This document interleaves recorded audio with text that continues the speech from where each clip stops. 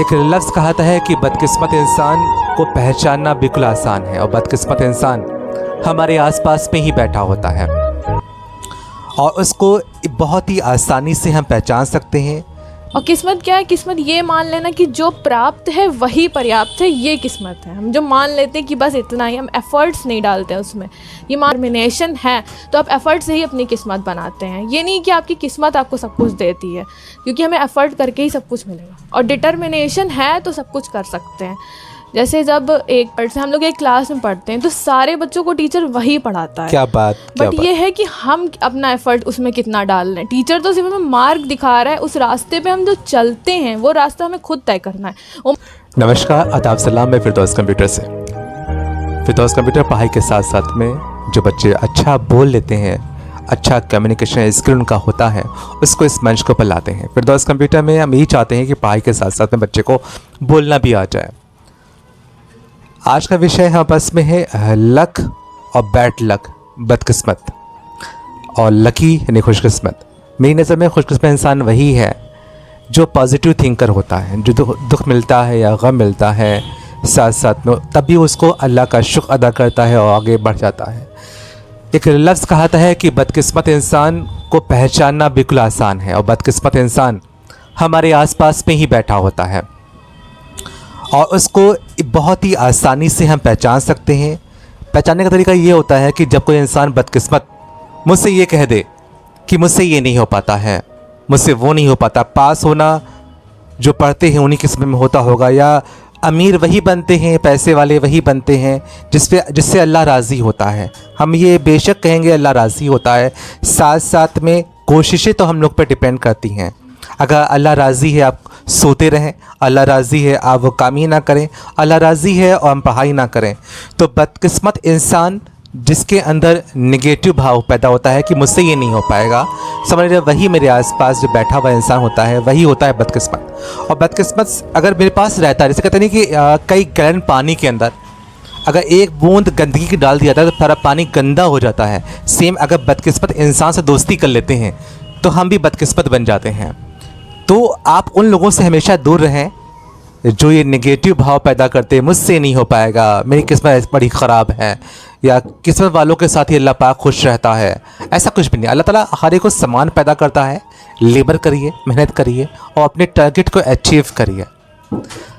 आज हमारे पास में इस खुशकिस्मती और बदकिस्मती को एक्सप्लेन करेंगे लाइबा आफाक। मिलते हैं आपसे। अस्सलाम वालेकुम लाइबा आफाक। अस्सलाम वालेकुम। वालेकुम अस्सलाम। मैं लाइबा आफाक फिरदौस कंप्यूटर की छात्रा हूँ। तो आज हम लोग इस टॉपिक को डिस्कस करने वाले हैं कि किस्मत और बदकिस्मत। जी सर, ये जो किस्मत है, मतलब रोल इतना नहीं है कि 40-50% मोस्ट हमारी जो वो एफ़र्ट्स पे डिपेंड करती है किस्मत। हम किस्मत पे नहीं डिपेंड, किस्मत हमारे एफ़र्ट्स पे डिपेंड करती है कि हम एफ़र्ट्स करके कैसे अपनी किस्मत को बनाते हैं। और किस्मत क्या है? किस्मत ये मान लेना कि जो प्राप्त है वही पर्याप्त है, ये किस्मत है। हम जो मान लेते हैं कि बस इतना ही, हम एफ़र्ट्स नहीं डालते हैं उसमें। ये मान लेते हैं कि हम बस इतना कर चुके हैं, मतलब ये है कि हम उसको एफ़र्ट से अचीव नहीं कर पा रहे हैं, अपने एफ़र्ट्स नहीं डाल रहे। और हम यही बोल रहे हैं कि अपना सारा दोष, अगर हम पास होते हैं, अगर हम फेल होते हैं, हमारी लाइफ में कुछ भी होता है, हमारा सारा दोष किस्मत पे जाता है।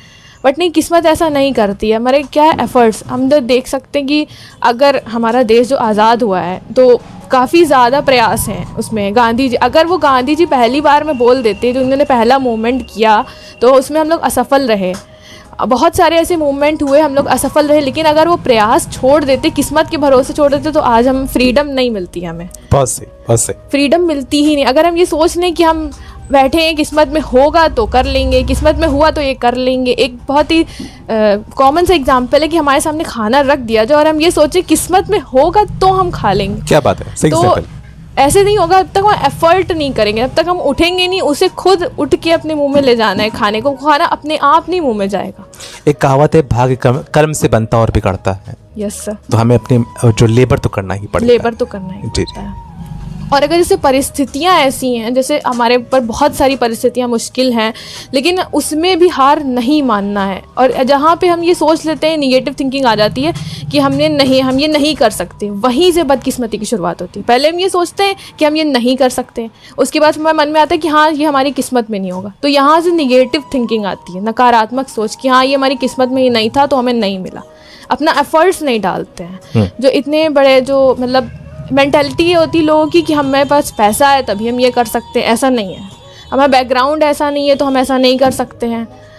जैसे धीरू भाई अंबानी का हम एग्जांपल ले सकते हैं कि वो इतने उनका बैकग्राउंड कोई ऐसा नहीं था, लेकिन उन्होंने एफर्ट्स मेहनत की तो आज वो इतने बड़े मुकाम पे हैं। तो एफर्ट जो है वो बहुत मतलब एफर्ट से ही आपके अंदर अगर डिटर्मिनेशन है तो आप एफर्ट से ही अपनी किस्मत बनाते हैं। ये नहीं कि आपकी किस्मत आपको सब कुछ देती है, क्योंकि हमें एफर्ट करके ही सब कुछ मिलेगा। और डिटर्मिनेशन है तो सब कुछ कर सकते हैं।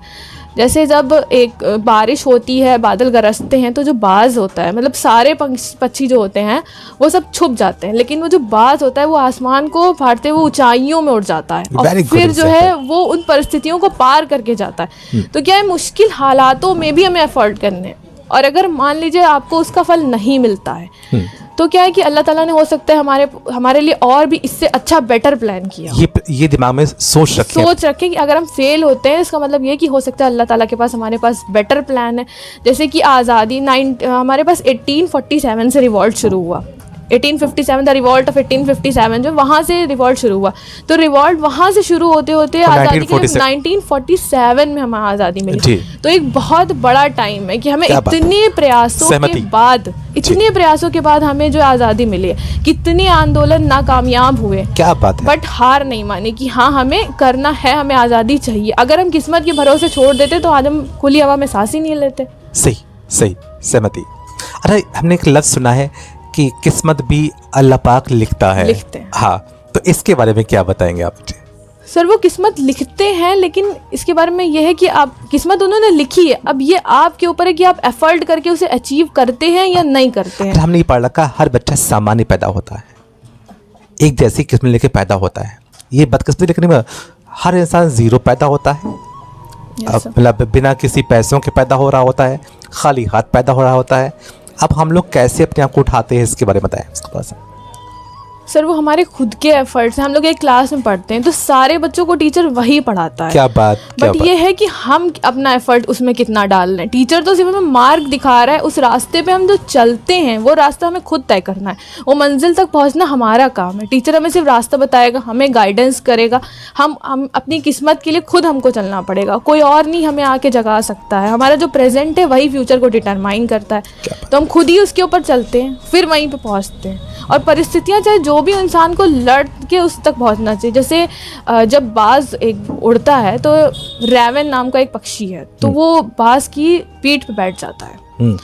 लेकिन जो बाज है वो तो मतलब शेर के मुंह से भी खाना छीनने की ताकत रखता है, लेकिन जब रैवन उसके ऊपर बैठ जाता है लेकिन तब भी वो नहीं डरता। वो इतनी ऊंचाई में उड़ता है कि जहाँ तक ऑक्सीजन लेवल कम नहीं हो जाता तो रैवन खुद ही नीचे आ जाता है। तो चाहे जितनी मुश्किल परेशानी हो, इतना ऊंचाई से उड़ना है कि वो परेशानी खुद ही चली जाएगी। हमें मतलब परेशानी को, बहुत अच्छा, परिस्थिति को अपने ऊपर हावी नहीं होने देना, हमें परिस्थिति के ऊपर हावी होना है। चाहे जितनी मुश्किल हो, लेकिन इतनी नहीं हो सकती कि आपके डिटर्मिनेशन से ज़्यादा कुछ भी नहीं है। आपकी जो सोच है वही सब कुछ डिस्क्राइब करती है। अगर आप अच्छा सोचते हैं, आपके पास पॉजिटिव थिंकिंग है। पॉजिटिव थिंकिंग का मतलब ये है कि आप कर सकते हैं। अगर आपका नहीं हुआ तो जहाँ से आप पहले बार हारे हैं, तो जब आप दूसरी टाइम उसको करते हैं तो वो सेकंड टाइम जो एनर्जी होती है वो उससे डबल होती है करने की। बात है, सही कहा आपने। वो एनर्जी इतनी ज़्यादा डबल होती है कि इस बार तो मुझे करना है। नहीं हुआ तो फिर हम सोचते हैं कि एक्सपीरियंस भी हो चुका होता है पहले का, पहले कौन सी गलती करी, ओके गुड, कौन सी गलती करी हमने। और बहुत सारे ऐसे एग्जाम्पल हैं हमारे इंडिया में, इतने सारे एग्जाम्पल हैं। जैसे हम शाहरुख खान को ले सकते हैं कि वो कोई ऐसे बैकग्राउंड से नहीं थे, बट उन्होंने कितनी मेहनत की तो आज वो इतने बड़े बादशाह हैं। और अगर हम कहें महात्मा गांधी, महात्मा गांधी ने मतलब वो एक साधारण व्यक्ति, लेकिन कोई जान सकता था कि उनके पीछे एक दिन पूरा देश चलेगा। सही, राष्ट्रपिता बन जाएंगे वो सिर्फ उनके कुछ प्रयासों से। उन्होंने ना वायलेंस इख्तियार किया, ना कुछ भी, कि सिर्फ नॉन वायलेंस से और प्रयास करते रहे। प्रयास करते करते उनको मंजिल मिल गई। बहुत बढ़िया, बहुत अच्छा आपने तरबियत दिया। आपने टीचर्स की बात जो बताई आपने, वो भी हम हालांकि हम समझते खूब होते हैं, लेकिन आपके मुंह से सुना मुझे अच्छा लगा कि टीचर्स से बच्चों को एक समान पढ़ाता है।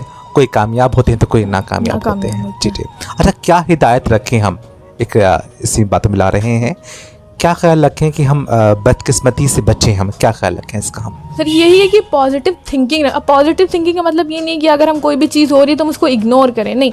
पॉजिटिव थिंकिंग का मतलब ये है कि अगर हम असफल होते हैं तो असफल होने के पीछे भी हमारे कोई रीज़न रहा होगा। पॉजिटिव थिंकिंग के लिए थोड़ा सा लफ्ज़ हम बोले कि अगर मान लीजिए हमें चोट लग गई है, हाँ। और गड्ढे पे हम गिरे, चोट लग गई और हमने कहा, और चोट लग गई है मतलब घुटना हमारा छिल गया है, कहे कोई बात नहीं, कुछ नहीं हुआ, कुछ नहीं हुआ। पॉजिटिव थिंकिंग ये है कि हम एक्सेप्ट करें कि मेरे चोट वाकई लग गई है, कुछ दर्द भी हो रही है। तो पॉजिटिव थिंकिंग में ये ना कहें कि चोट लग गई, मैंने कुछ नहीं हुआ जी। तो पॉजिटिव थिंकिंग ये रहे कि मुझे अब एहतियात बरतना है मुझे, और आइंदा से गड्ढे को देख के चलना है।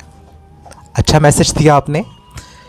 ये है फिरदौस कंप्यूटर का एजुकेशन और स्किल डेवलपमेंट संस्थान हमारा।